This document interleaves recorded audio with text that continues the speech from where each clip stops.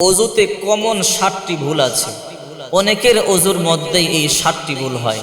যদি আপনার এই ভুলগুলো হয় তাহলে আপনার অজু হবে না, আর অজু না হলে নামাজ হবে না।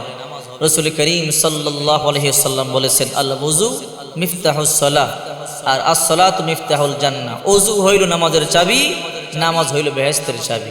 এই অজুর ব্যাপারে আল্লাহ পাক রব্বুল আলামিন সূরাতুল মায়েদার মধ্যে বলেন, ইয়া আইয়ুহাল্লাযীনা আমানু ইযা কুমতুম ইলাস সালাতি ফাগসিলু ওয়ুজুহাকুম ওয়া আইদিয়াকুম ইলাল মারাফিকি ওয়ামসাহু বিরুসিকুম ওয়া আরজুলাকুম ইলাল কাবাইন ওয়া ইন কুনতুম জুনুবান ফাত্তাহহারু।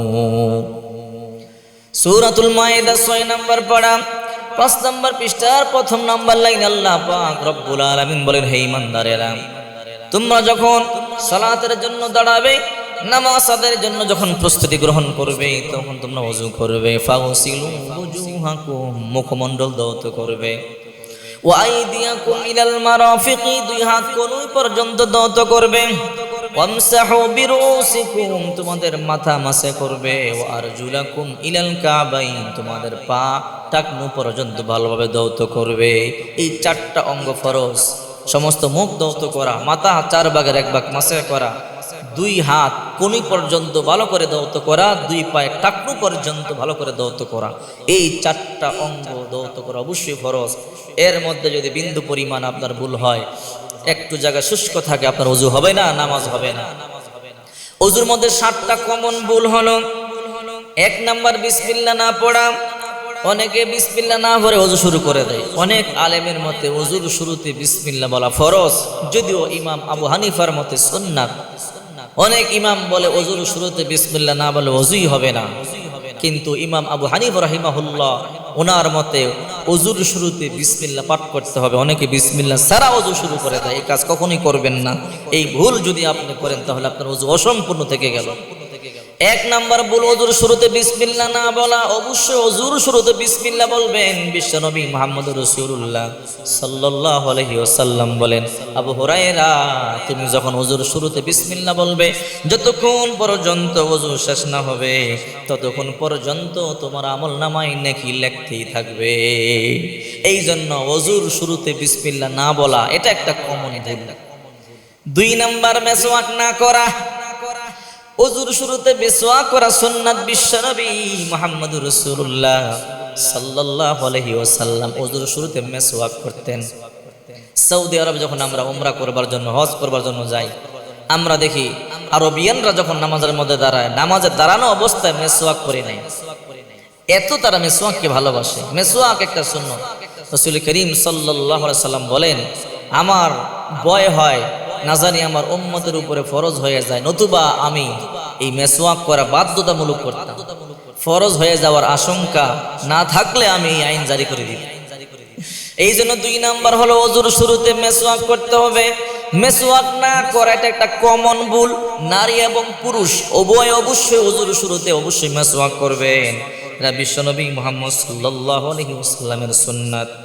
3 নাম্বার, কুলিতে ভুল আছে। মুখে পানি নিয়ে নাড়াচাড়া করতে হবে।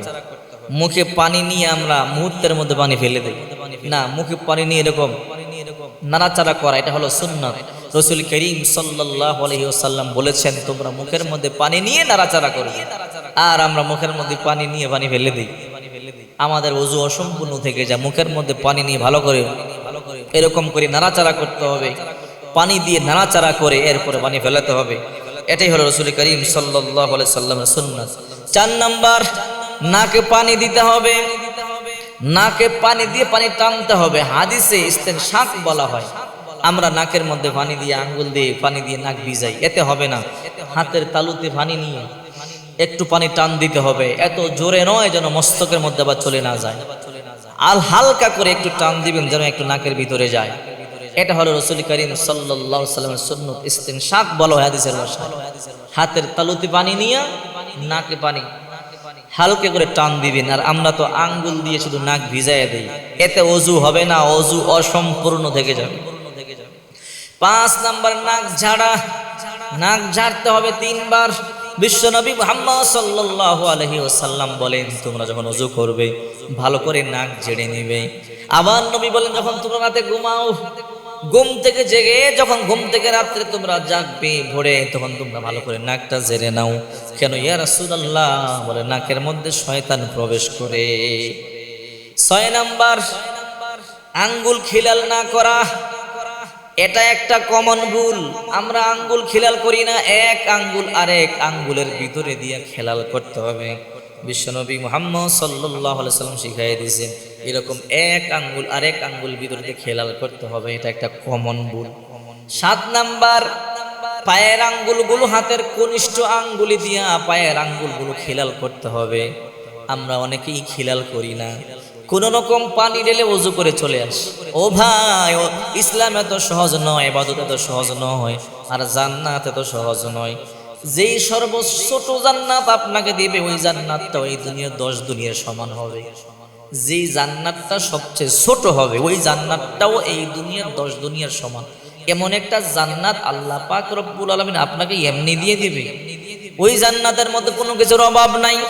দুনিয়াতে একটা ভালো বাড়ি করতে আপনি কত কষ্ট করেন, দুনিয়াতে একটা ভালো বিল্ডিং করতে আপনি কত কষ্ট করেন।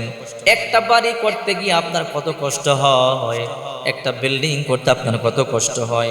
মাথার ঘাম পায়ে ফেলেন, রাত ভর কষ্ট করেন। আর জান্নাতের বাড়ি বুঝি আপনার পাইতে কষ্ট করতে হবে না। জান্নাতের বাড়ি পাইতেও আপনাকে কষ্ট করতে হবে। এই জন্য ওযুর এই কমন 7টি ভুল থেকে আমাদের বেঁচে থাকতে হবে। আপনার ওযুতে এই 7টি ভুল থেকে একটি ভুল যদি হয়, আপনার ওযু অসম্পূর্ণ থেকে যাবে। এই জন্য আপনাকে ভালো করে বুঝতে হবে। আল্লাহ পাক রব্বুল আলামিন পরিপূর্ণভাবে ওযু করবার তৌফিক দান করেন। আমিন।